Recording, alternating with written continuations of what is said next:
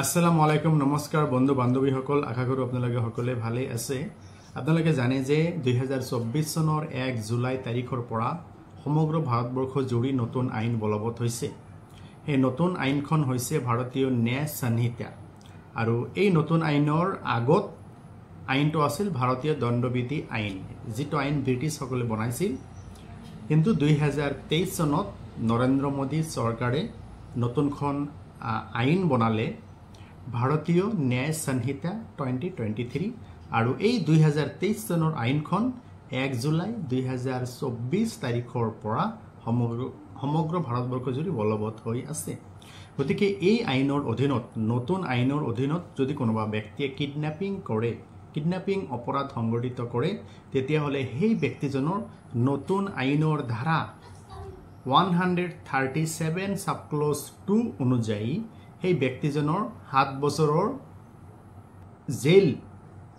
আৰু আৰ্থিক জৰিমনাৰ শাস্তি হ'ব নেক্সট অ্যাটেম্প্ট টু মাৰ্ডাৰ কোনোবা ব্যক্তিয়ে যদি কাৰোবা ব্যক্তিক খুন হত্যা কৰিবৰ কাৰণে অ্যাটেম্প্ট কৰে তেতিয়া হলে নতুন আইনৰ ধাৰা 109 সাব ক্লজ 1 অনুযায়ী সেই অপৰাধী ব্যক্তিজনৰ 10 বছৰৰ জেল আৰু আৰ্থিক জৰিমনা হ'ব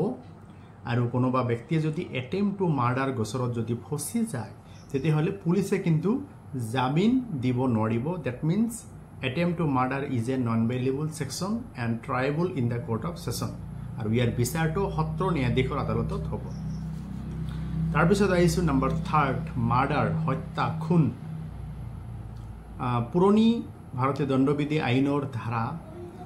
সেকশন 302 that means 302 ধাৰা অনুযায়ী শাস্তি বিহা হৈছিল কিন্তু নতুন বিএনএস ভাৰতীয় ন্যায় সংহিতা আইনৰ ধাৰা ইয়াত হৈছে সেকশন 103 সাব ক্লজ 1 মনত ৰাখিব গতিকে হত্যাৰ গোচৰত যদি কোনোবা ব্যক্তি অপৰাধী হয় তেতিয়া হলে সেই ব্যক্তিজনৰ পানিশমেন্ট লাইফ ইমপ্ৰিজনমেন্ট যাৱজ্জীৱন কাৰাদণ্ড হ'ব আৰু আৰ্থিক জৰিমনা হ'ব অথবা ডেথ পেনাল্টি মৃত্যুদণ্ডও হ'ব পাৰে আৰু মাৰ্ডাৰৰ গোচৰবোৰ নন বেইলেবল হয় পুলিশে মানে জামিন দিব নোৱাৰে আৰু ইয়াৰ গোচৰবোৰ সত্ৰ ন্যায়াধীশৰ আদালত দ্যাট মিন্স সেশন কোৰ্টত ইয়াৰ বিচাৰবোৰ হয় causing death by negligence negligently যদি কোনোবা ব্যক্তিক হত্যা কৰে তেতিয়া হলে ইয়াৰ ভাৰতীয় ন্যায় সংহিতা ধাৰা 106 অধীনত গোচৰ ৰুজু হ'ব আৰু ইয়াৰ শাস্তিৰ পৰিমাণ 5 বছৰৰ জেল আৰু আৰ্থিক জৰিমনাৰ বিধান আছে আৰু এটো বেইলেবল সেকশন হয় আৰু ফাৰ্স্ট ক্লাস মেজিস্ট্ৰেটৰ ওচৰত এটো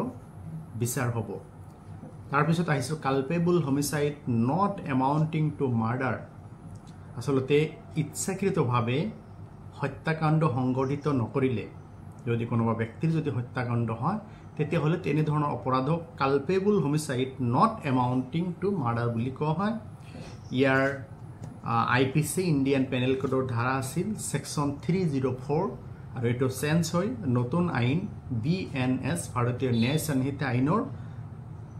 ধাৰা 105 ত সন্নিবিষ্ট কৰা হৈছে আৰু ইয়াৰ পানিশমেন্টটো হ'ব লাইফ ইমপ্ৰিজনমেন্ট যাৱজ্জীৱন কাৰাদণ্ড জেল টাৰ্ম 5 to 10 ইয়াৰ্স 5 বছৰৰ পৰা 10 বছৰৰ জেল আৰু আৰ্থিক জৰিমনা দিব লাগিব আৰু culpable homicide not amounting to murder এটো এটা নন বেইলেবল সেকশন হয়